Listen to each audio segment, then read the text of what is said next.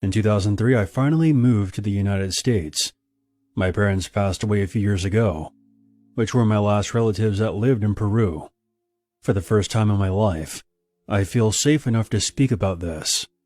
I still don't know exactly what I walked into that day. The stories of the bruja from my village don't exactly match up with real history. But what I am certain of is that cave was used for some malevolent form of witchcraft. Some kind of ritual site, if I had to guess.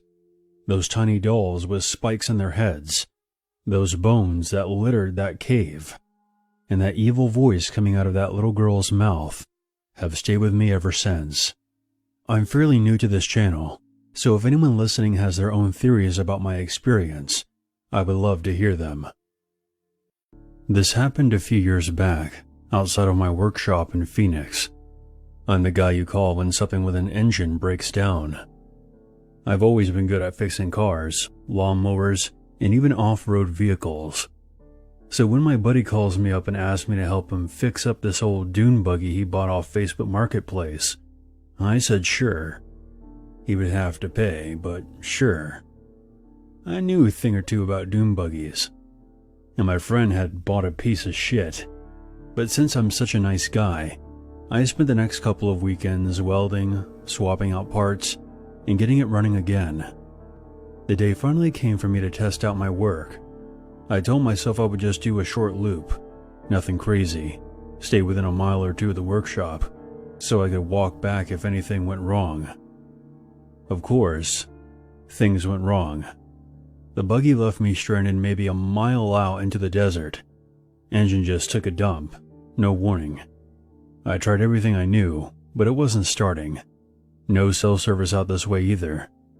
So I had no choice but to start walking back toward the workshop, kicking up dust with every step. The heat was brutal that day. The kind that makes the air sting your mouth until it feels like sandpaper. I kept thinking how stupid it was to come out this far, but I was sure I had the engine working fine.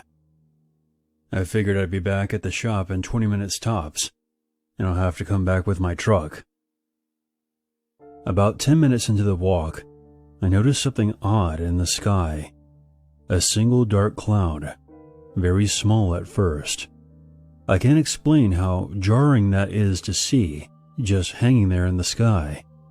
Then it started growing, like fast, unnaturally fast.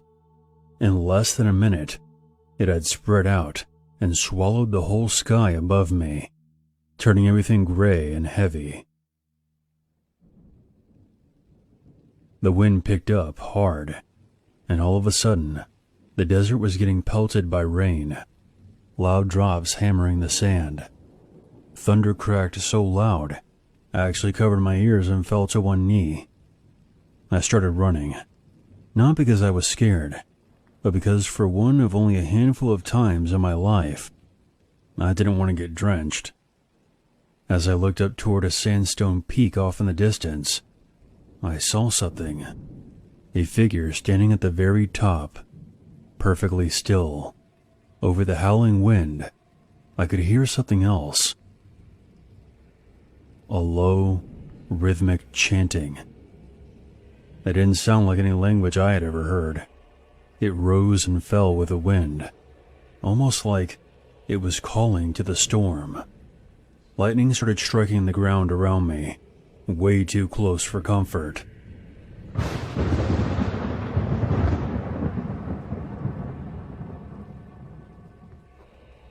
I spotted the old roof of a decommissioned gas station up ahead and sprinted for it, ducking under the overhang, just as another bolt lit up the sky.